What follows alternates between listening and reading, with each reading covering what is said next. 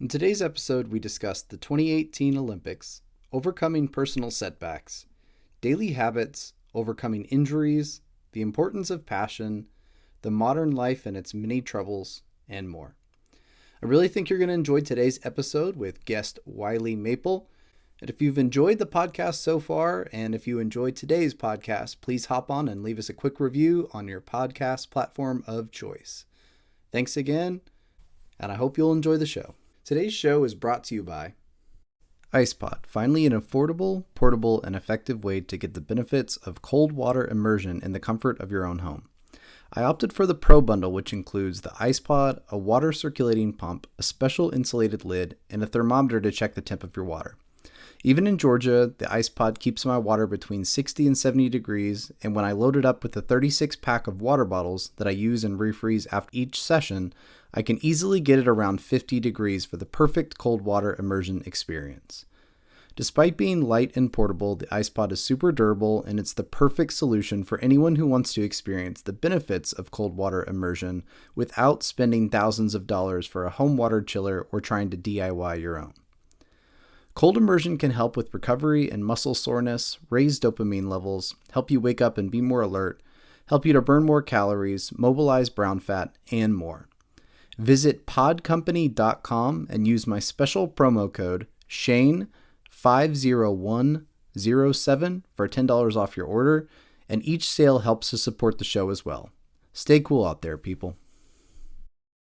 Are you looking for the perfect high-protein snack that isn't loaded with stuff like MSG, nitrates, and sugar? Carnivore Snacks is the perfect high-protein snack made from quality grass-fed beef and salt. That's it. Each bag uses 1 pound of high-quality beef, lamb, pork, or chicken, salt, and nothing else. Aside from being easy, healthy, and convenient, they also taste great. These snacks are not just another jerky. They are way better. Give a bag a try, and I know you'll keep coming back. Check out Carnivore Snacks, spelled with an X.com, and enter coupon code SHANE05137 for 15% off your order, and each sale will help support the Renaissance Wisdom podcast as well.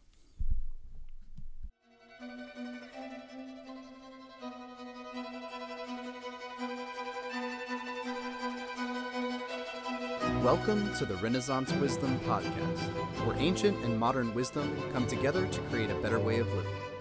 I'm your host, Shane Sorensen, and each week we speak with successful people from a plethora of disciplines in search of wisdom from their own lives. Your own personal renaissance begins today. Let wisdom be your guide.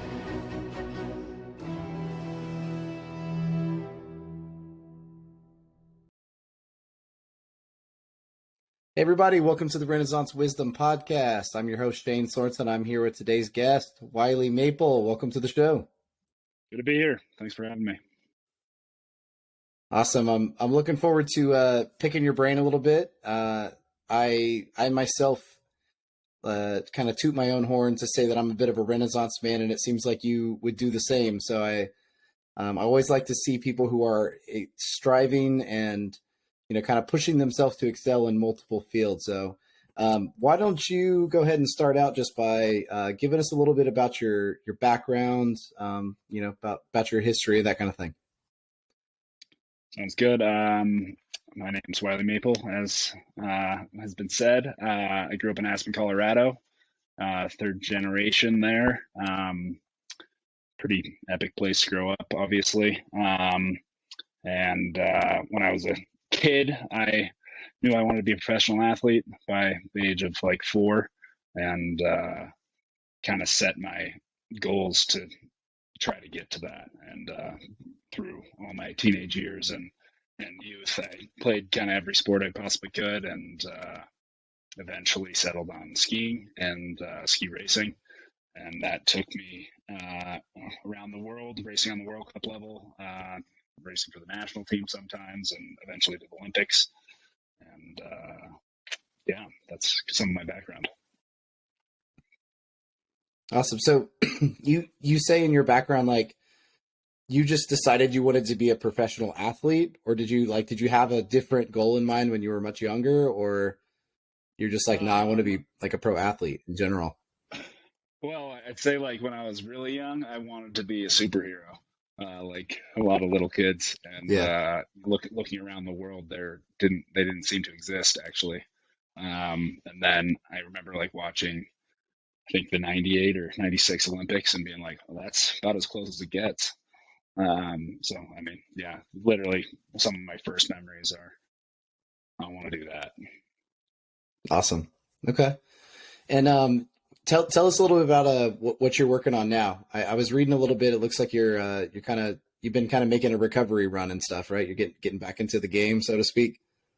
I have been. Yeah, I was forced to retire in 2019 for spinal fusion, and they kind of told me that was the end of my competitive racing career, and so I believed them and hunkered down, finished college, graduated with a degree in philosophy and studio art, and just kind of tried to ski every day, and eventually started skiing really hard again. I actually got all the hardware taken out of my back last December, and was doing some teaching and some, like pro racing of various kinds, and just kind of felt like my body was working pretty well.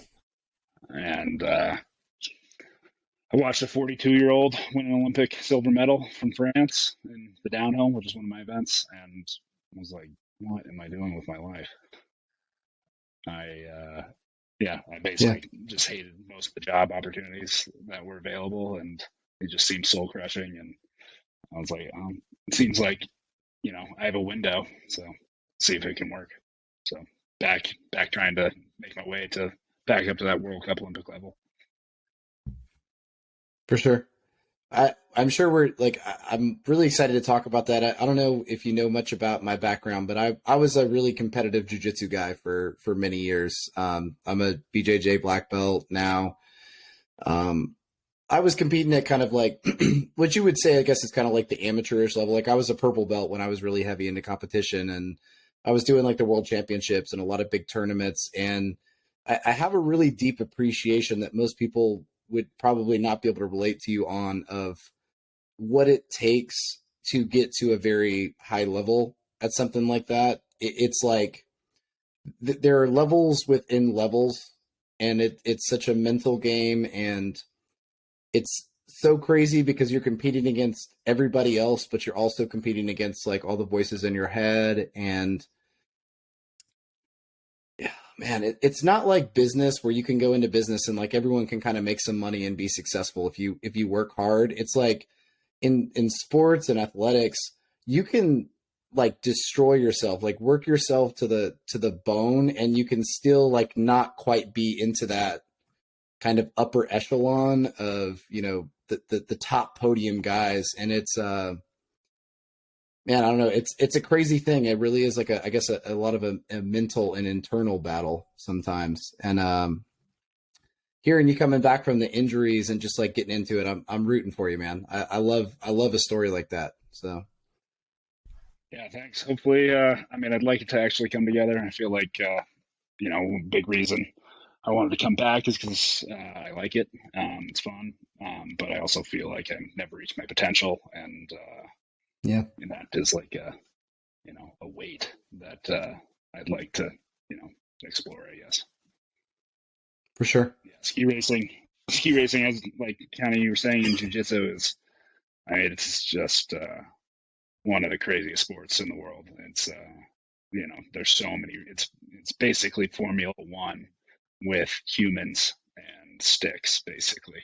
So it's there's like you're tuning your body as best as you can to race for fractions of a second, and you're racing outdoors, so it's the weather does play a huge factor, and how fast you can go, and injury is a huge part of the sport. So it's yeah, the mental game. We usually say, a lot of us talk about how like once you get to the World Cup level, it's you know 80% mental and then like 20% luck. Yeah. There's definitely like an elephant or an elephant, an element of luck in it, like where you have to do the preparation, you have to work really hard, but sometimes sometimes it's tough as an athlete because you can do all the work, you can feel ready for everything, and you just, you go in, you have a bad bracket, you wake up and you have a terrible night's sleep that night, and it throws your game off. It's like, and there's like this saying in jujitsu, or like you see it in fighting a lot, is it's like he was the champ that day, that's one of the worst things, I guess, at that level, is when you see somebody else ahead of you, and you just know that on your best day, you should have been ahead. You're right. Like you know that you didn't live up to what you know that you can do. It didn't really bother me as much if I just go out there and some guy just destroys me and taps me out and chokes me unconscious in a minute. Cause I'm just like, man, he was the better guy. It's those matches that you lose by a little bit, or you just feel like you made one little mistake, and that's where you lost the whole thing. So, tell me a little bit about, like, I mean, I know you've had, and the spinal thing. I know that you had, like, I read about, like, you had some major knee injuries and stuff too. Injuries are obviously debilitating because it's like you can never get that time back. It takes you out. You have to spend a lot of time just kind of getting back to the level that you were at as far as your peak physical performance and timing and everything else that goes into it. Like, especially coming back from retirement, what tips do you have for people, like, whether you're an athlete or whether you're just kind of dealing with like some sort of setback in life, like what's your formula for overcoming those roadblocks going forward? I mean, I'd say like a huge part of it is just my passion for sport. So that seems kind of like inborn, not necessarily a choice, that kind of motivates me to return to a life that I enjoy. And injury is something that I fucking hate. So, Yeah. It's kind of like a mandatory recovery. Like I have to get back to, a lifestyle and a life that I want to lead. I've had 22 surgeries now, which is pretty insane. I'm only 32. That's rough. That is a lot. A lot of them. Yeah, it's interesting. If actually, my first real skiing injury was last year when I was thinking about coming back to racing. I blew my ACL, MCL, meniscus, and if I had been getting hurt at the frequency that I was, and ski racing was clearly the problem, I would have stopped, at like 22 years old. But most of the problem was me, and a lot of overtraining and just kind of debauchery. So I couldn't like blame ski racing, and so that's kind of kept me moving back to it. But yeah, some tips are find a good doctor. Always try to find the best doctor you possibly can and the best PT you possibly can. Those are, the two most important things you can do in injury.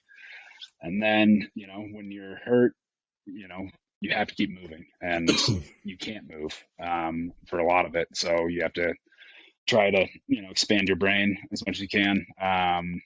Painting and reading and writing have been a huge part of getting me through injury. While you're in isolation and, stuck on the couch, you can still kind of go places with those things. Even movies and shows and video games have all been pretty helpful. They kind of let you live vicariously and create more experiences, and while you're not really able to create experience. But another key is I've found meditation to be very helpful. Exercise has always been a meditation for me, and I didn't realize how important it was for my well-being mentally until it gets taken away from you, and like how quickly you can drop into some terrible places. So meditation I've found to be very helpful, keeping you in a way exercising. And then what else? One step at a time. You first learn to walk, then learn to run, and be thankful for being able to walk again and being able to put on your shoes by yourself and try to enjoy some good food and good friends and good company along the way. For sure. That's all. I mean, all great advice. I really like the idea that you you said kind of right at the beginning, which is just keep moving, which, all the things that you listed are just essentially they're ways that you just keep moving instead of just allowing the weight of what you're going through to just completely crush you and destroy you and rip your soul out. It's just about keeping going. Like, it's so easy, I guess, when we focus on our current situation to become overwhelmed and it's like, even if we're in a good situation, it's very easy to just get so fixated on the negative. And a lot of that fixation on the negative comes from just being stagnant, just being still, just feeling what it feels like, or being in that moment as opposed to making progress. And I think that obviously you listed a lot of creative things, so you're getting that like creative outlet somewhere, which I talk a lot about in my book. That I think that does a very crucial part of well-being for human beings, is that we're constantly reaching toward eudaimonia. We're constantly trying to flourish and blossom as human beings, because when you get stagnant, and you stop making progress, I feel like that's where a lot of those feelings of like depression and everything comes in, right? And that, I'm sure that the same thing kind of happens as an athlete as well. When you feel like you're not making progress, you tend to get very stuck. So I love that. Just keep moving and step by step. Kind of makes me think of Roger Bannister a little bit. I don't know if you're super familiar with his, but after he broke the mile record, they're like, how'd you do it? And he's like, I just knew that if I took one more step at that pace, that I could break the 4-minute barrier. He's like, I didn't focus about what was going to happen 2 minutes from now. I just knew if I took one more step, I would get there. I like the mindset for sure. Tell me a little bit about, so I did some reading on you. I saw in 2018, obviously I know you went to the Olympics, and it was, you were like, I guess you were kind of like an alternate, or it mentioned that you had to kind of like pay your own way on the team. Like you weren't officially part of the team, but you competed. Like, just tell me a little bit about that. And then also tell me just about, the whole experience, because obviously just being at the Olympics, that is an absolute amazing achievement, right? So tell us a little bit about it in general. Yeah, that was like the craziest 2 years ish of my life. I had really severe patella tendonitis problems starting at like 18, and basically like every time they looked at it, they were like, it's about to snap, we have to do surgery. And it just was incredibly painful, like day in, day out as well. Mm-hmm. So 2016, I had an experimental surgery, and basically the only people that I talked to who had gotten over like really gnarly patella tendonitis actually snapped their patella, and then it healed, and like they never bothered them again. So I told the doctor to just cut it in half in the operating room, and that recovery was like the worst ever. I It took imagine. me a year and a half to get back from that, and I was in the pit of despair. Thought I'd never ski again. Thought I'd never walk again, and you know, gave up on racing competitively, more or less. But I knew I had to get some form of my life back, and was able to heal eventually. And right when I started feeling like I was healing on my knee, I was training a little bit harder, and then my back went out, so I had a back surgery as well. And this U.S. ski team had promised to rename me to the ski team following my injury, and they didn't. So that made everything a lot harder and more expensive. Yeah. Yeah, I kind of like went through the summer, just kind of enjoying one of the few summers on a bike and starting to feel healthy again. And my coaches have always been, on my side and know what I'm capable of. It's kind of like the higher ups that make a lot of these decisions to axe athletes. And they kind of went behind their back ish and were like, hey, you want to come to Chile and see if you can still ski? And I said, okay, maybe. And I actually went to Mammoth, California. This was like in July. We were planning to go to Chile and like right after that. So I was like, I should at least see if I can ski before I bring a ton of skis down and commit to like a month long training camp. And yeah, just dropped in from the very top of Mammoth. Hadn't skied in a year and a half, and you know, thought I was getting pretty good on a bike and skateboarding and running and all this stuff, and like did like two moguls, and then just like instinctively popped like three of them, and was just like, wow, I am just wildly better at skiing than I am at most things. So went to Chile, and yeah, I had to pay for all that. I had to pay for my trip down there and all the training and lodging and flights, and then you know, started training like lifting and stuff again heavily. Um, but I generally just always try to stay in shape, just because I feel better and my brain works better, I think.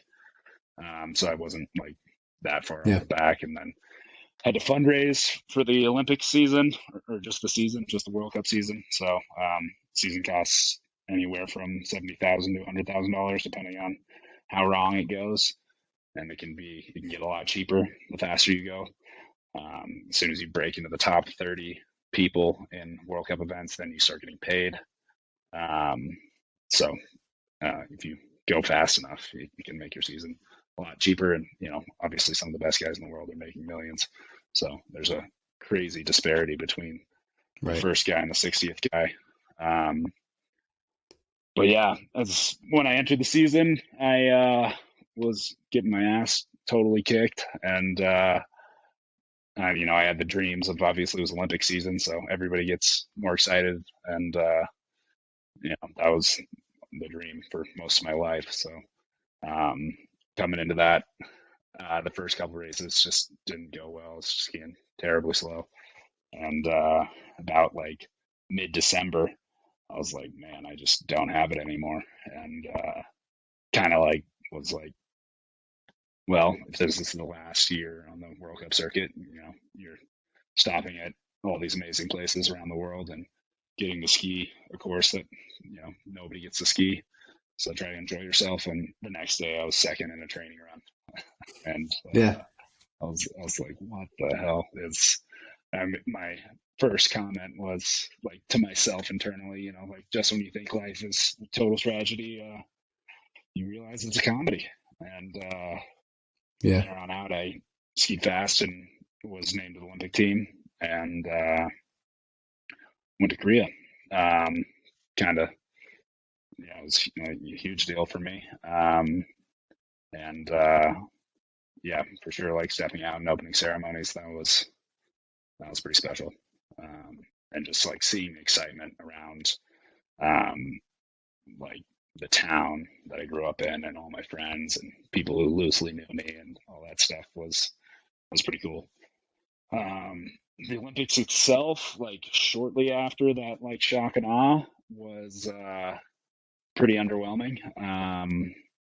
You know, the Greeks competed in the Olympics back in the day, and they Right. competed naked, and you know that is the essence of the Olympics now.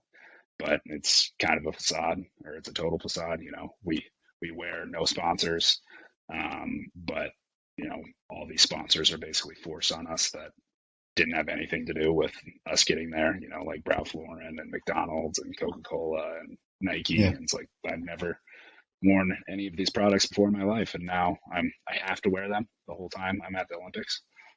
Um, and I just thought that was, you know, pretty obnoxious. Yeah, I couldn't.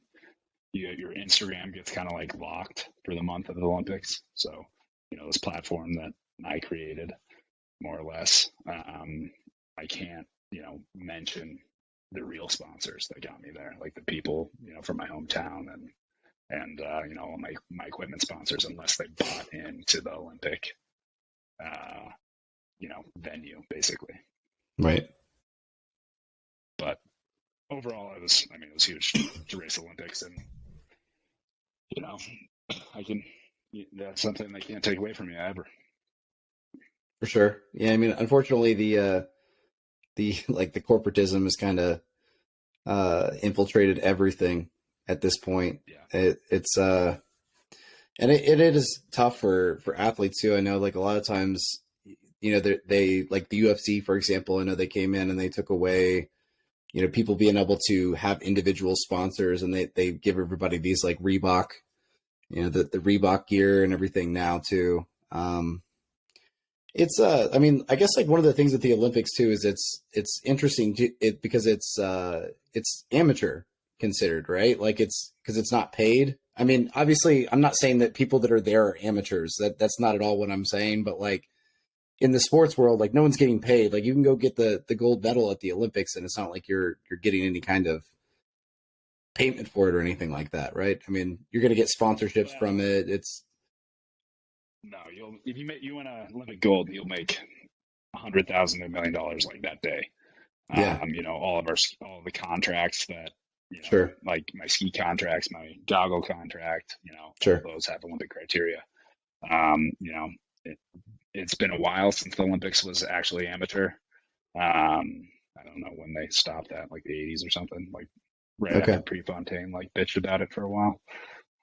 Rightfully so. I mean, imagining what amateur Olympic athletes had to do back then is basically what I did have to do. I had right, to pay for everything and, figure out how to train and get to that Olympic level when all of my opposition is, bankrolled by, hundreds of thousands of dollars. yeah. Yeah, because So it's like, they've got sponsors behind them. They've got like national teams behind them. They've got there's money flowing in everywhere, like Olympic Training Center and all that. They've got nutritionists and training programs, and yeah, exactly. And yeah, they're all huge, huge pieces to the puzzle, and that, in my opinion, it's just like a huge failure of our national governing body that I was able to go to the Olympics without like their support. Like that shouldn't have happened. Like I shouldn't have had to do that to yeah, be like an athlete at that level and not supported was kind of in some ways like a waste of everybody's time.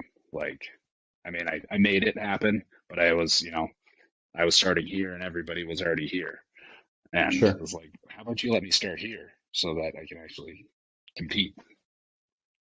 yeah. I mean, I know you were talking about like, and I guess we're getting into like the like the grimy underside of Olympic sports a little bit, but it kind of like when you talked about there's like these upper level executives that kind of make the decisions sometime as far as who gets the money, who gets the ride, or it kind of made me think of that movie Moneyball.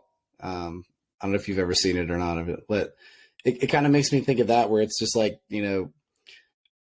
it's like there's just this club, and they're like, nah, nah, nah, like he's not part of the club. Like, I don't like him. I don't like, or I do like him. He's got a good pitch, but when somebody actually comes in and breaks it down to statistics and kind of starts looking at um, some of the things that maybe they missed because they weren't even really involved in the sport themselves, it was interesting to see that. But also, there's an intangible in athletics that it's like there's no way someone sitting in a suit in a boardroom that maybe has never even done a sport, like you just can't quantify heart like that. There's so many people that in sports throughout the years, I mean, you can't even name them all, that have done these huge upsets or just done things that seemingly should have been impossible, because there's just this like special part of the human spirit that sometimes people can just tap into, and they can do shit that nobody ever could have seen coming. Um, that I would love to hear that happens for you, my friend. Um, that Me too. yeah, Yeah. I mean, I've kind of lived like that, just slave to my passions. And yeah, it's allowed me to do, the impossible a lot. And even actually coming back into racing this season was right, three years off. Told me I'd never race again. I probably shouldn't run again. And, it's pretty cool to come out and actually be pretty competitive. So I was able to start a World Cup training run in Aspen. They had a World Cup there for the first time in a long time. So that was a huge driving factor of the comeback. And I went from 61st to 17th. Was, beat half the U.S. ski team, and Awesome. kind of did the impossible. So that was cool. But I'd like to do, a lot more. It'd be nice to make a living doing what I love. For sure. I wanted to ask you too, with injuries, are injuries just super common in your event in skiing, or are you just like exceptionally unlucky as far as like the injuries have gone? Both. Okay. I mean, pretty much everybody who's a ski racer will, in some format, break their back and blow a knee in their career, unless they're like exceedingly lucky. Right. So it's more common than not common. For me to have as many injuries as I have had, was, and pretty much none of them were on a race course, was actually found out I was on bipolar last year. So I've had like huge depression swings throughout my life, and then basically, I've had, this driving force of, trying to be a professional, and I just was never able to stop and rest.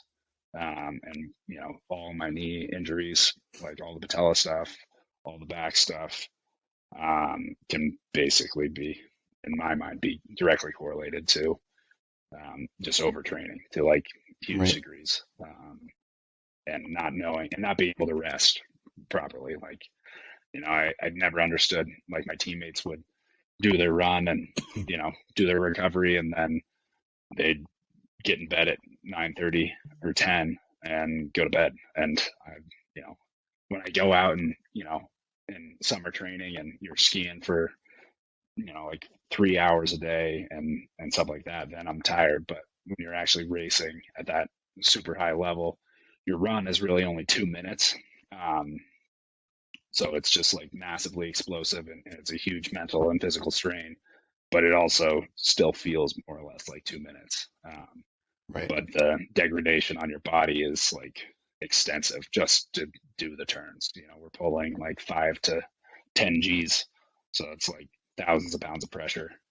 And I'd get back and I'd do my recovery, and then I would go on a run again too, or I'd go play hockey with the coaches, and some nights I'd go party, and basically just destroyed myself over time.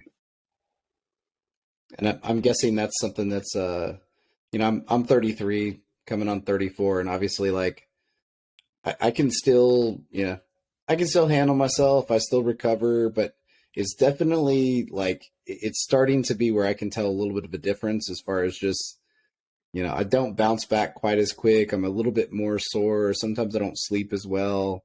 So I imagine that that's probably something you've already addressed as far as, part of your kind of your return and your comeback, right? Is you have to get that stuff under control. Totally. Yeah. So now I just like focus a lot more on resting. That's a huge part of it. So like I try to like know that I have to try to go to sleep by 10 or something, and do all the things before bed that actually make me tired before that. And then a huge help has been this little Whoop thing that actually tells me how much strain I'm taking on in the day and how badly I'm sleeping. Okay. So like I actually got it one of these like 2 or 3 years ago, and I would basically every day it would say I was at max strain and that I slept horribly. And I was like, this thing is fucking bullshit. I feel fine. Yeah. And now that I've been, diagnosed, that's like, oh, that was probably telling the truth the whole time. And so now I don't think it's that accurate, but it gives me like at least a gauge to know like how much load I'm actually putting on my body, because a lot of the time it doesn't feel like it mentally.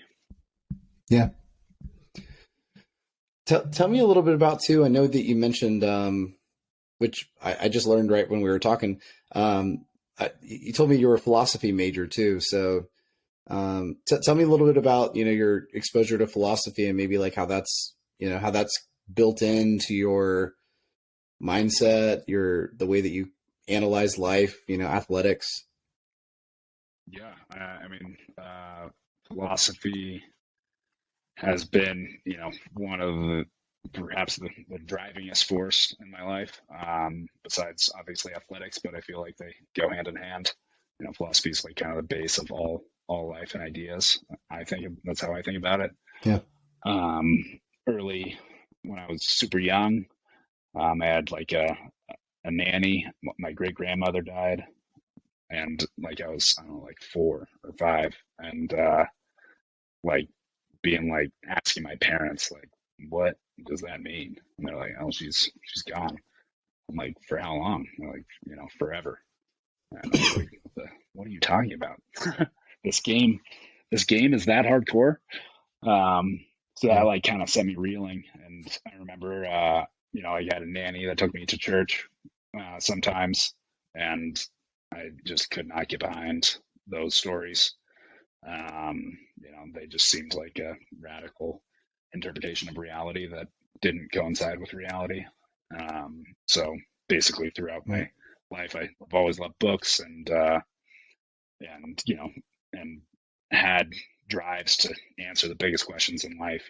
How to live a good life, how to proceed, I guess honorably or whatever, or just how to make yourself happy and live a good life. And I don't know. By the time I was in high school, I was reading a lot of philosophy, and it kind of like filled the breach in that. And as mentioning being bipolar now, I just see that as really a behavioral uh, reference point, basically, that is actually helpful now. But I was experienced some like really gnarly depressions, and trying to like find my way out of those Yeah.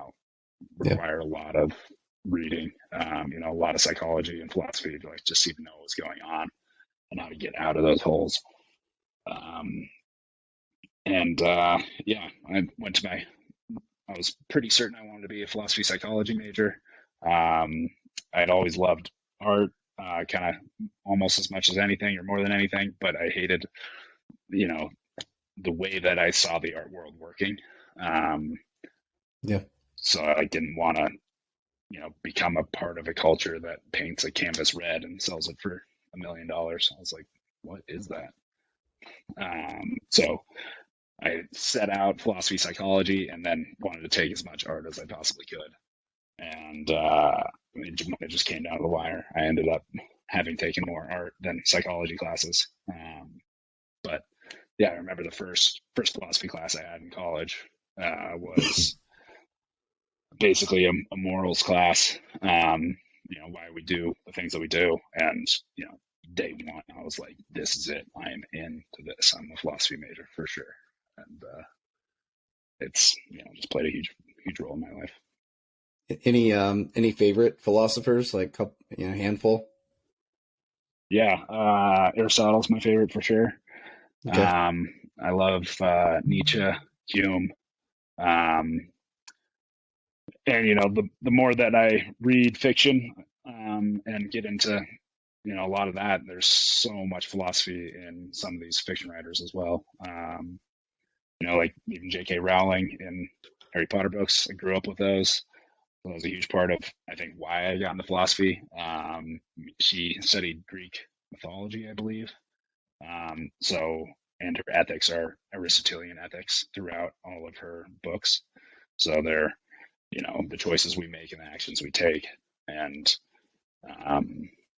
I think that, like, the first book was called The Philosopher's Stone. And I think that kind of played a Hmm. huge role in introducing me to philosophy. And then, just the more that I read, the more, like, great philosophical advice some fiction writers provide.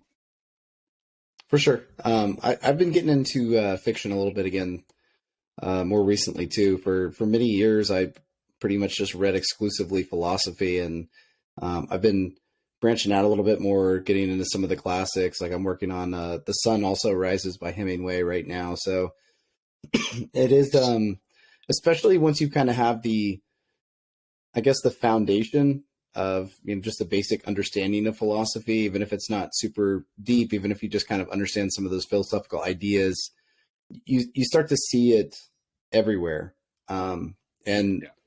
obviously philosophy, all the way back to the Greek etymology, is just the love of wisdom. So, I mean, in a practical sense, it's like most of us love wisdom to some degree. I mean, like, some people, I think, pursue maybe the wrong wisdom. Like, they're just they're trying to cope with life, or they're just only seeking money, and they're looking for ways to just get more superficial, I guess, sort of things, as opposed to like looking for like a deeper understanding of self, or maybe questioning, morals in a way that might cause you to end up being a better person. But uh, we can't really live without philosophy. That's the thing that I always go back to, is that even those who just think that philosophy is this like really boring thing, it's just a bunch of like 90-year-old like white dudes with beards like debating, about Hume and Kant, and which one was the better philosopher. Like, even though, that can be a thing where you just have these like purely academic philosophers, it also can be incredibly, incredibly practical. And even if you're not studied, like I said, it's everywhere. Everyone, when they look out at the world, when they face a challenge, when they get injured, when they're out on the ski course and they blow their knee out, you either you talk to yourself about the experience, and that the way that you talk to yourself is your philosophy. It's the set of views that you've formed. And um, I've always just kind of thought, like, if you're going to have this inner talk, it would make sense to kind of create an inner talk or an inner framework that is beneficial and helpful to you, as opposed to one that is harmful. And I think that's a big part of why I got into philosophy in the beginning, and it's such a rabbit hole you can go down forever. Even though I'm really into the ancient philosophers, Nietzsche is actually my favorite as well. So I love Nietzsche. Uh, I think most people are probably not ready for Nietzsche. Like, I don't think they can really like process the depth and like go to the pit of despair and come out on the other end and kind of like survive. But I have a huge Well, appreciation for what's that? yeah, he's extraordinary. I think. I mean, the way that he preaches like the most terrible, things that we can imagine, and the greatest things we can imagine. For sure. And he does it, in a depth and quality that is, extraordinary, because in my opinion, he has such good writing style mixed with comedy and irony that very few other philosophers even come close to. Like, like reading Kant, or, even Hume, tons of these guys, like Plato, you're just like dragging through stuff. Yeah. And Nietzsche Yeah. is able to like entertain you. Like, the amount that I find myself like laughing reading Nietzsche, and just like collecting a quote is so often. And I think Aristotle was, obviously a lot more long-winded than him, but you know he at least broke it down in really interesting ways. And I think that just his interest in so many fields of study allowed him to bring it all together in a really cool way. Um, and at its base, I think philosophy is the first science. Basically, it inspired most of the most potent scientific ideas, like that the Earth was round, that there's geometry and things, and all these things came from those ancient philosophers. And basically, even Socrates' Socratic method is pretty dang close to Sure. scientific method. Yeah. Have you ever gotten into the Stoics much, or you not really into Stoicism? It's kind of a pop culture thing at this point. Like, It is now, for sure. No, yeah, Marcus Aurelius. I read Meditations like every couple years. yeah, He's like the best. So I think that I read Meditations when I was in high school, and was like, I'm going to be a Stoic. That's what I am. And but I'm just me. I've created my own philosophy. Discarding plenty of Stoic ideas while collecting ones that made sense to me and seemed beneficial. And, same with, Aristotelian stuff. And, we're all our own, people, I think. And I think that following a creed, kind of blindly, Yeah. just because somebody said it was good is generally bad. Like it seems pretty clear that everybody's different, you know, and we respond differently to certain things, and you have to figure out a way that works for you. Like Pythagoras is a classic example that like was cultish and basically it was like never eat these, always eat this, and it's like, yeah, I mean that worked for you, it seems, but like some people are allergic to peanuts. you know Sure. it's like, oh, only eat peanuts. And it's like, oh well, I die if I have those, or I get hives. It's like, there's not one formula. Yeah, that's the thing that I appreciate the most about Nietzsche is like how anti-dogmatic he is in his beliefs and Yeah, and just in his philosophy is that it's like it's sort of like the anti-dogma philosophy. If I don't know, it's hard to even classify or quantify Nietzsche's philosophy, but um, I feel like he does a really good job of kind of what he talks about, like philosophy with the hammer. He mhm, kind of goes in and just shakes things up and breaks it apart and leaves you sort of a new place to stand on.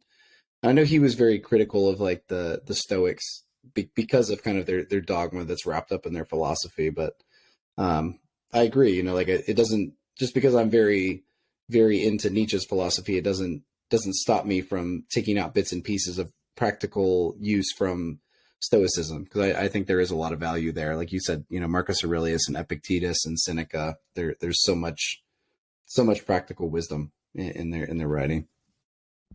yeah, totally. I mean, Nietzsche is famous for saying Socrates reasoned himself to death. Um, so, you know, he was, very critical of everything. And I think that that is a huge part of philosophy is, question everything and, at its base, critical thinking. Why do you believe what you are believing and what is it doing? Yeah. Something that strikes me, I don't know that this is like my brain just kind of putting this together. Um, and I actually, I can relate to this. So I'm not picking on you, but I see that there is a kind of like a part of you that I guess is a little bit, I don't know, like a rebellious spirit. It seems like you dislike the establishment. You dislike the gatekeepers. You dislike the men in dark suits that kind of like determine the way that the world works, and so to speak, whether it's athletics or academia. Because I feel that too, man. I look at so many things the way they are, and it was the same thing like when I wrote my book. Like it's just it's like a club to be an author, and it's like it's not about talent, it's not about anything. It's just about like knowing someone and being part of the club sometimes. Because there's so many good writers that just never really even have a chance to be heard, right? Because they're not part of the club. Like how many athletes are there out there that could have been amazing athletes or could have done so much more, but they just weren't part of the club or I don't know. I guess that's what got Socrates killed, sort of. So Yeah, totally. I mean, that was, what got a lot of those philosophers killed in that time. They were, heretics basically. And right, they asked questions and believed in alternative. And yeah, I've definitely been for sure a rebel, sometimes rebel without a cause. Um, yeah, and a lot of the way that I see humanity leading out their lives, I think is almost completely broken, especially as we're yeah, breaching into climate crisis and kind of changing nothing. And just the way that everybody lives their lives on like just a day-to-day basis of like enjoyment and companionship and meaning, I guess. Like I think that we need to seriously reimagine how we're doing things and figure out new ways to live. I think that there's so many rules. I have tons of rules that I've made for myself to enhance my life that are good for me. But there's plenty of rules that we just put in place that don't do what they were intended to do, but they're still part of our structure, and we go through them every day not knowing why the hell we're doing it, and it's wasting everybody's time, and in a lot of ways degrading the quality of life. Yeah. I mean, it's everywhere.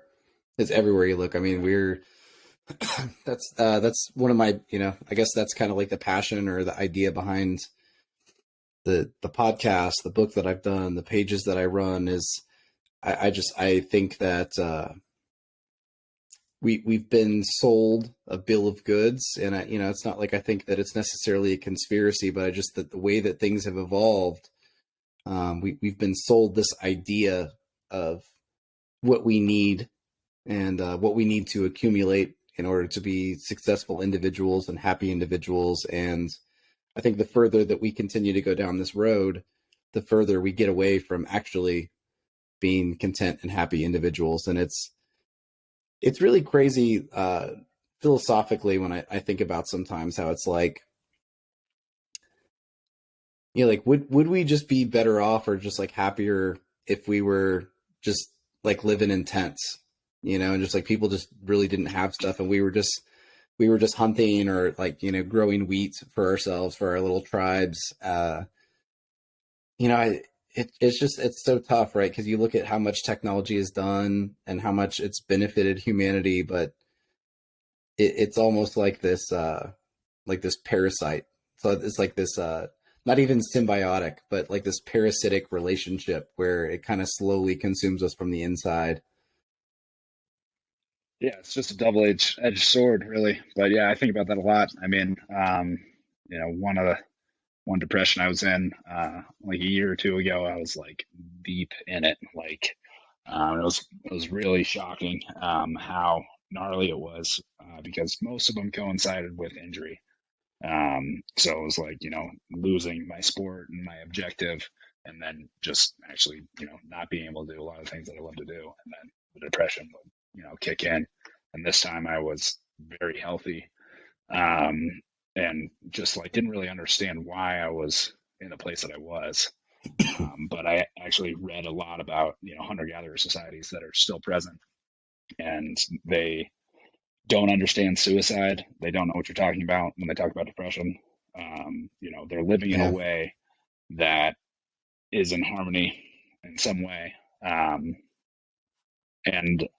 yeah, it's really interesting. And I think that a lot of that has to do with, purpose and meaning. They go get some water and they get exercise getting water, and they fulfill the objective of getting water. They enjoy the water. And like same thing with food. So like, they're doing everything for a reason and for a meaning, and they get instantly rewarded. And then they're also all living together, all the time, living with their friends.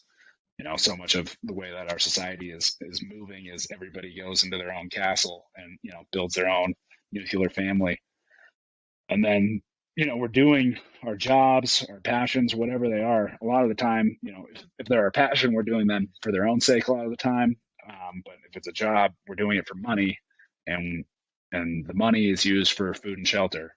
And that little separation breach, I think, is what has detached us from reality in a strange way. But ultimately, I think that we can't go back. Right. We can Yeah. only go forward. And technology used correctly is an amazing, amazing tool. And hopefully will bring us all back into, if we get our shit together, it'll bring us all back into a state where we, hopefully our technologies will rely on the planet and put us back into like, harmony with the ecosystem and each other, and allow us to, live in a way that we can follow passions like indefinitely, basically, and be with friends. We kind of get life on lock sufficiently enough to go back in a way to how we once lived, but in a Sure. modern way. Yeah. I mean, I think a lot of it has to do with too, you know, my idea, one of the things I talk about in the book is that I think the key forward, to kind of like a better future actually is kind of within individuals. It's individuals sort of deciding that maybe there's a little bit more to this life, maybe just starting to kind of question this routine that they're in, looking within, looking for wisdom, looking for guidance from, anywhere, right? Anywhere that you can find a sound teaching.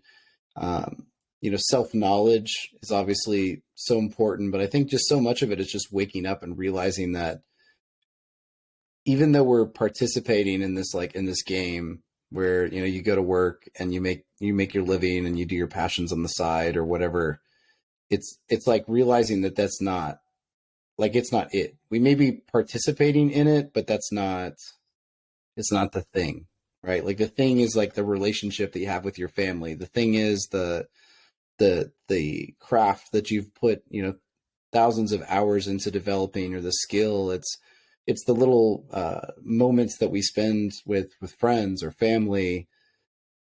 I think that we just get so caught up with that pursuit of money and possessions and power and security that we lose track of the things that we're doing it for. Totally. And that all just starts with, again, I feel like it starts with looking within and kind of asking yourself, like, what's really important? Because I think, at the end of the day, there's so many ways you can word it, but like most people, that they're so obsessed with, money or having certain things, and you give someone $1 million and they say thank you, and then you say, okay, now you have to die tomorrow, or you can give me the money back. Like everyone that is not just totally over their life is going to give the money back in a heartbeat, because you can't put a value on your life, right? Like anyone would give up $1 million to live a longer life. But you, unfortunately, just like 2 days. Yeah.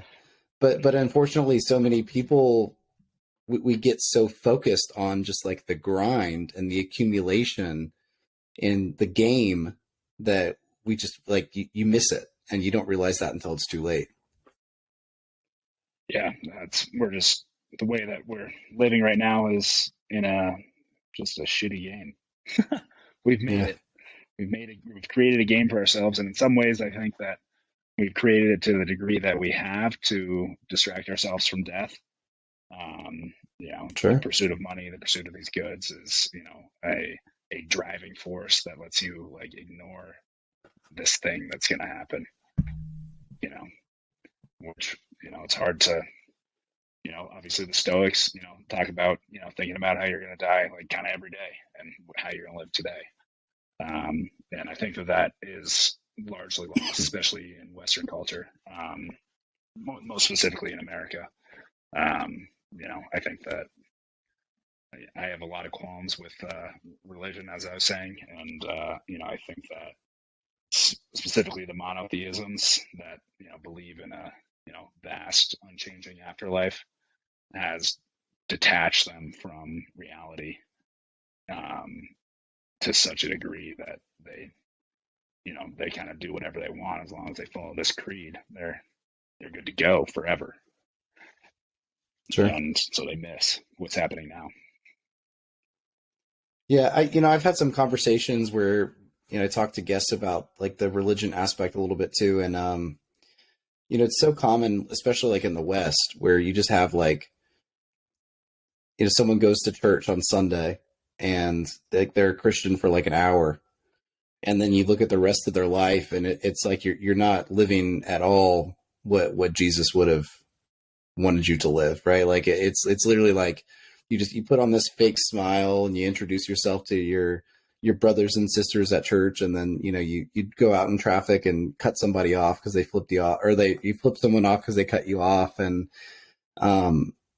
they're so like detached from any like meaningful sense of like spirituality or dedication to anything. Something that I've been doing a lot more is like I've just been trying to like ground myself at multiple times throughout the day. Call it prayer, call it whatever you want to call it, but not just in the morning or not just before I go to bed, but like just like anytime I kind of catch myself being aware of myself, just taking a moment to kind of breathe and just to be thankful for the moment, to remember why I'm here, Um, that's something that's been a lot more meaningful for me because it's something that I do periodically through the day, and it makes me think about, not that I'm like, preaching everybody to come out, like go out and be a Muslim or anything. But, when you look at Islam, one of the beautiful things about their culture, one of the reasons why people are so connected and so into that is because of the dedicated prayer, like every single day, multiple times per day, you're waking up, you're washing yourself, you're making yourself clean, you're praying. It's, you're connecting yourself to something. And I think that, that's part of why it's maybe so much more powerful than Christianity in the modern age too, because there's some meaning there that for better or for worse, right? Like they're dedicated to something, right? And it shows every single day. It's not just on Sunday. It's fascinating to look at, what the act of traditional Muslim, practice is actually doing, right? They're actually following the arc of the sun. They're getting sun in their eyes, like first thing in the morning, last thing at night. And that's like, essential for our circadian rhythm. And then they're using music and, you know, group stillness and group chant these are all things that like we can measure, like have, huge benefits for the mind. Obviously there's a ton of, insane dogma mixed into it, but, I think all religions, especially the ones that are surviving, have found, a type of practice that is very beneficial. Um, and, what is what is prayer but attention? What is meditation but putting our attention on something? Like we know these things can physically change the brain and can, measurably make people happier and more connected. And there's there's so many good things about a lot of these things, but there's also a lot of like baggage tied in with you know ancient obscure texts that lead people to you know go kill a gay guy or something and not let women have abortions, just because they're taking certain things so literally. But like even like the confession within the Christian church, like that was, and they nailed that find, right? Like we're talking to psychologists now for an hour. You used to do that all the time. You go confess and tell how you know bad you've been and what you're feeling, and these are all things that we kind of stumbled on that are hugely beneficial. And yeah, but as you said, like yeah, Christianity, you're in the US you're a Christian for a day. In older traditions of it, you had to meditate and you had to chant, and those are all things that are good for human psyche. And we've kind of like streamlined it in like an Instagram post or whatever, right? This is my life. Right. Yeah, that's so much of life in general is like the Instagram post, a curation. Um, tell me a little bit about, I mean, we're talking about some of the habits of religion and things like that. Why don't you tell me a little bit? Do you have a couple of daily habits or, like any daily habits that are super important to you in your lifestyle? I these days I meditate every morning for about 30 minutes, like as soon as I wake up. Um, and then unfortunately I seem to have to do like an hour or a half an hour of core and push-ups and yoga and stuff just to like make my back feel better, and to be able to do the things that I want to do. So those are like more or less the mandatory staples of my life. I rarely miss those, um, but at the same time I try to have these rules in place because they generally enhance life. But if you're doing them often enough, then you can skip them sometimes too, right? So I don't want to be like too rigid with certain things. Generally fast now till noon. Um, there's a lot of research that's saying how good that is, and it feels pretty good, and saves me money on breakfast. And then I, you know, love to get at least an hour of some kind of workout in, preferably more endurance based outside, um, up a mountain, ideally. And yeah, I'd say those are my kind of like three that I try to do every day. And then I also kind of do those on the wind down as well into the night. So I meditate and I read and then I journal. Um, in an ideal world, I'd love to paint for 3 hours and write 3 hours every other day, and and you know, fully focus on whatever it is like I'm professionally pursuing, and just passionately pursuing. But obviously, like jobs, work gets in between those and all that stuff. But yeah. Okay. Yeah. I mean, all great habits. Those are repeat habits. It's like everybody I talk to, that is doing anything worth mention at all with their life is basically doing a lot of the same stuff. So, super important in just, keeping yourself centered, focused. I mean, I think a lot of it has to do with like dopamine too. A lot of the things that you mentioned, you're getting like good hits of dopamine. You're not getting these like shitty like dopamine spikes that leave you just feeling terrible. And especially, I know you mentioned obviously with like the bipolar and stuff. I have depression in my family. I've never sought out a diagnosis, and I feel like I'm, pretty well managed most of the time. But there are definitely times where like I can feel myself kind of coming off the rails if I'm not in a good routine. And I feel like a good routine just makes everything feel really good. And when I had a crazy day like today at work and I kind of get off my routine, it just not that I'm just like I like gonna go crazy in one day, but I can feel the difference when I miss the routine. So um, with reading, do you have any like two, like if you could pick out like two books, life changing books for you that you'd recommend, what would they be? Oh man, uh, I'd say probably Shogun, James Clavell. Um, Great book, 15th century Japan, kind of like Bushido and the Samurai Code, and just like fantastically written. Um, and like and Ayn Rand's Fountainhead. That was those two books. Like those hit me both in like high school, and they're actually my dad gave me Shogun, and my mom gave me uh, Fountainhead, and they were just like incredibly powerful. And anytime I go back to them, I'm like, these are still amazing.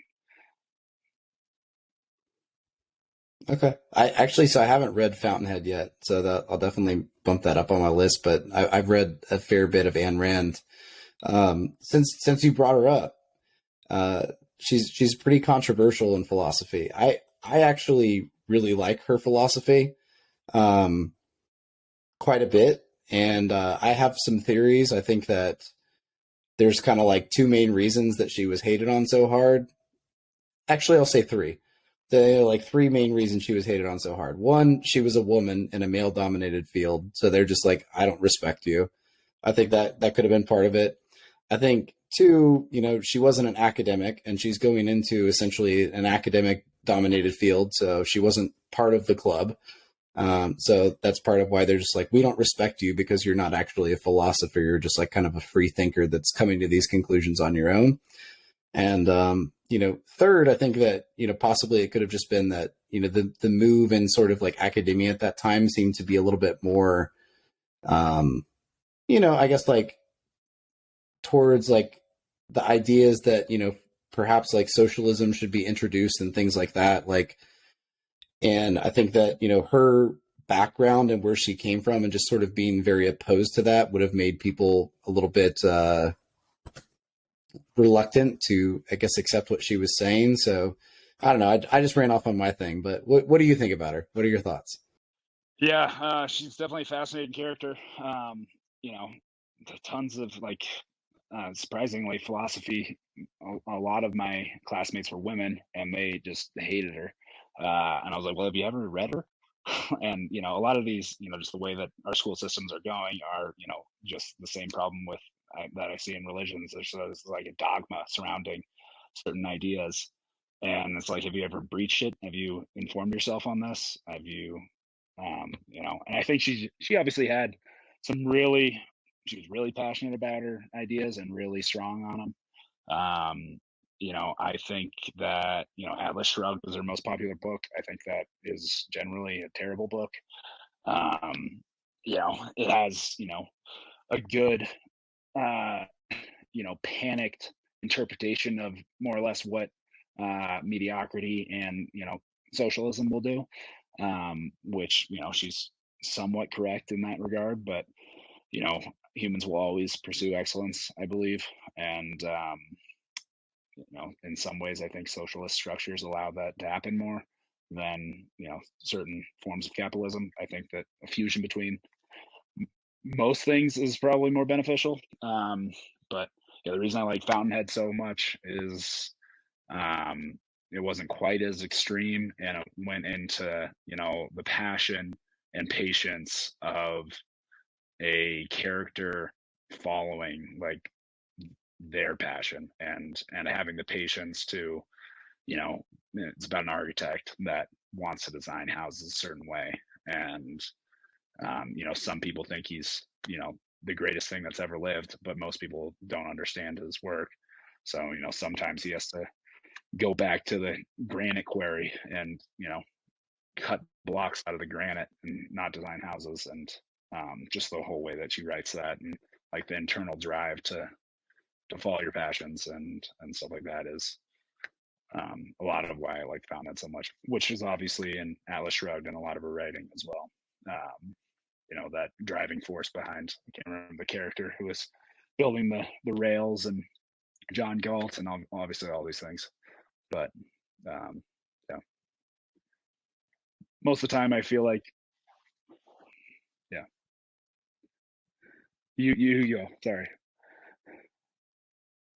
Oh, you're good. No, I was just say like, yeah, I mean, I haven't read much of her fiction. I've mostly read her philosophy, but definitely, I mean, that's um yeah, that's what she's known for, right? It's like those ideas of like very rugged individualism, and the fact that she has one of her like books is The Virtue of Selfishness, and just this idea that we sort of have to like be selfish and take care of ourselves in a way, because if we don't, then we're really doing a disservice to the world. And then, I mean, that takes me back to like ancient Greece and Arete, and the fact that we're talking about the Olympics, like the athletes are put on display, right? Because they give people an example of what's possible for someone, right? Like this is human excellence that you can see, that you can actually watch, and it's inspiring. And when you have a society full of people who are trying to be excellent, you're going to have an excellent society, right? Like when, but as you said, right, ancient Greece was not this like it also wasn't this like capitalist utopia, right? Like if you were needed to do something for the state, there was no question about it. Like you were going to do what the state wanted you to do, and there were also a lot of programs as far as like taking care of people and trying to create equalities in society. So yeah, I mean, I think that it's definitely important to have a fusion, just as you mentioned too. I think that it's all about balance in life. Yeah, things are exactly. Yeah, I think things are never black and white. There's always shades of gray, and surprise, surprise, there's also color. So you know, I look at for sure. I agree with a lot of as I've said, a lot of what Ayn Rand had thinking, and uh, and a lot of the capitalist ideals. But so much of what we think about capitalism, especially in this country, is this end all be all creation of societal structure, but we don't like look into the poisons that it is creating with when it comes down to it, it's not a free market society. Huge companies squash smaller companies, and huge ideas destroy, or huge corporations destroy good ideas before they have a chance to gain access to the public. So I mean, it's just not actual capitalism, which is same with communism.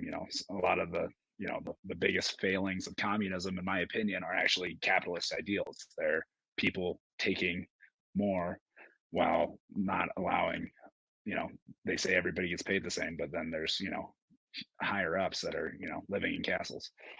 And both have huge problems, so I think that they're, we're basically, the more that I look at kind of like Nordic countries and like Swiss countries, it's a fusion of these things. It's a capitalist market with, social amenities that are essential, like there's a catch point in a lot of these societies that, the reason that we're all here is because we relied on each other and we all help each other. And, rugged individualism in the American view, a lot of the time, assumes that somebody came from nothing and, created something like on their own. But it's like, dude, did you plant and eat your food every day?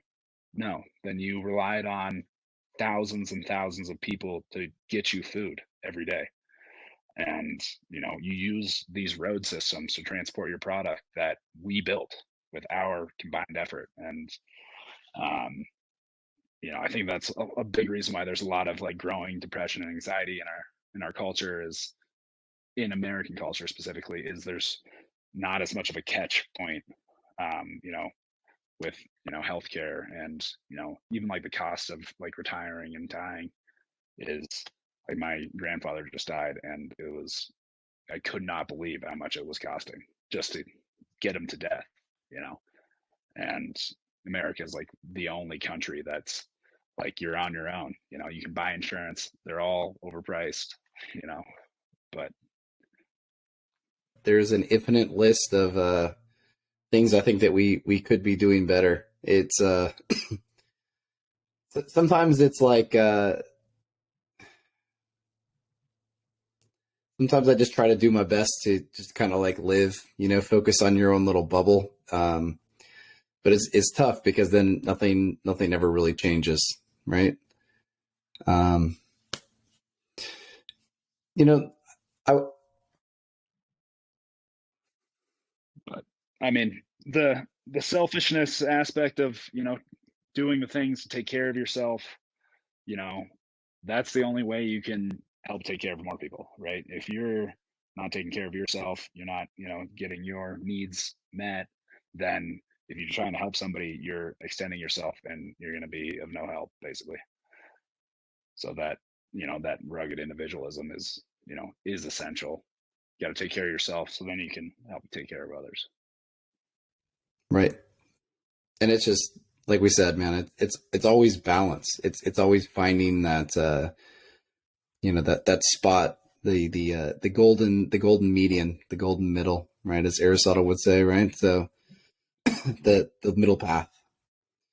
Um, I wanted to ask you too. I know you mentioned like your dad earlier on. Do you have any like specific heroes that you looked up to when you were growing up, or just in general, any heroes in life?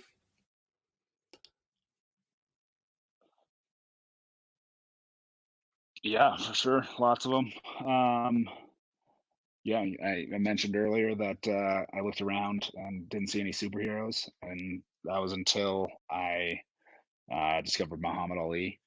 I think that he was, kind of the epitome of being a superhero. He was the greatest at his sport and went through a ton of adversity.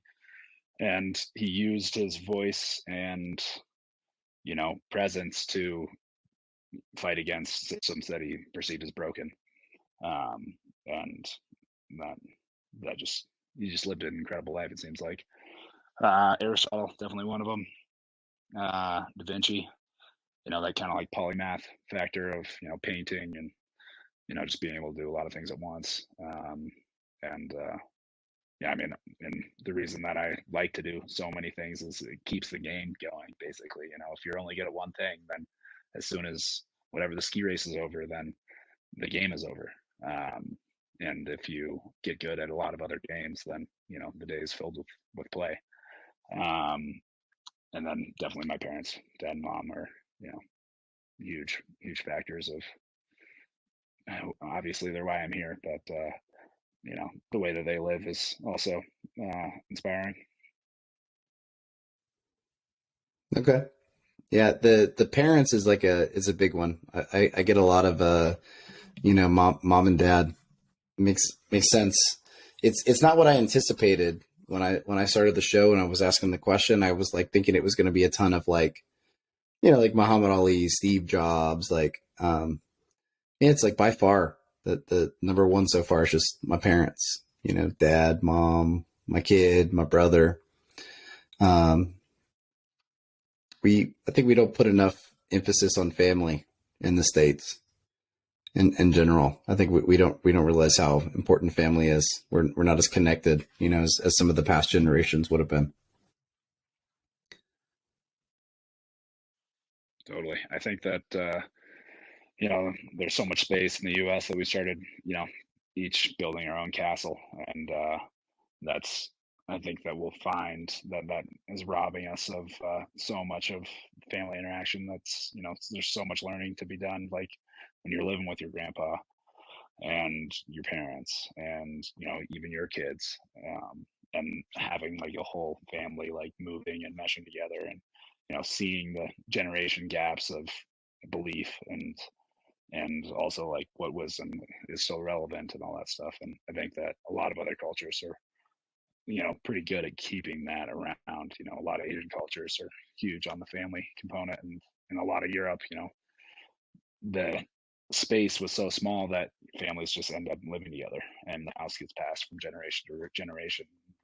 Like the whole living family lives in more or less the same house.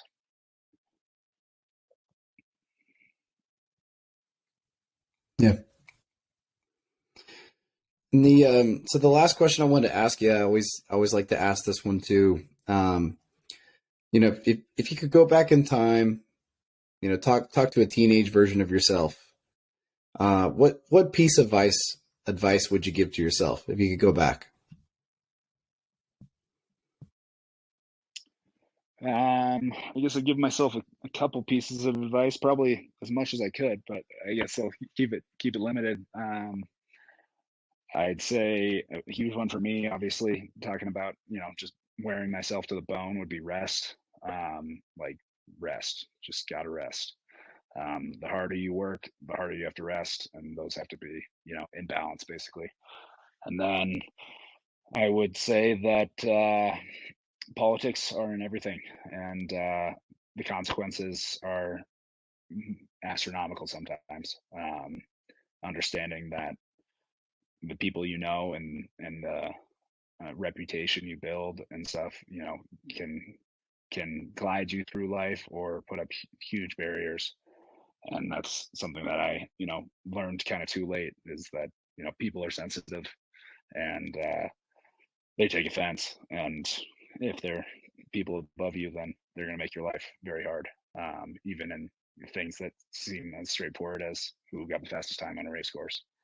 um, but I mean, it's really all things, and yeah, I'd say that'd be about it.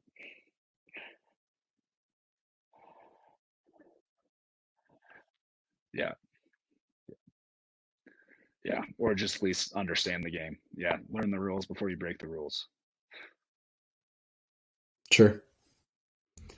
All right, Wiley. I had a really great time talking to you tonight. I don't know if you have any, I don't know if you're trying to raise money for training or anything like that. You got anything you want to, shout out, website, your Instagram page, anything like that? Yeah, I guess I'll be fundraising in the fall. I usually put on an event in Aspen. Obviously, a lot of people listening won't be able to make that, but I'll create a couple links on Instagram and stuff like that for people to donate if they're interested in doing that. So I guess follow me on Instagram, WC Maple. That's where I push out, I guess, the majority of my life content. And yeah, Awesome. Well, again, thanks for coming on. Great talking to you. And man, I wish you all the best coming back from these injuries. I truly mean it, man. I love seeing people go out there and do something that, maybe wasn't possible a couple of years ago when the spine was fused up. So I really do wish you the very best out there in your training. So sounds good. And I'd love to read your book. So give me a copy of that. Sounds good. All right. Cheers. Good times. Yeah, it was a pleasure. Peace. Yeah, I'll get you set up, man. I'll get you set up. All right. Appreciate you coming on. Yep. Cheers. Thanks for listening to the Renaissance Wisdom podcast, and hopefully you learned at least one lesson on today's episode. Our mission here is to uncover practical wisdom to create a better way of living for our audience. If you enjoyed this episode, please help us by leaving the show a review on your podcast platform of choice and by giving it a share on social media. This really helps us to grow our audience and to continue to add more episodes. If you are interested in learning more, please check out our website at renaissance-wisdom.com or check out the book that started it all, Renaissance Wisdom: How to Flourish in the Modern Day, now on Amazon. Thank you again, and may wisdom be your guide.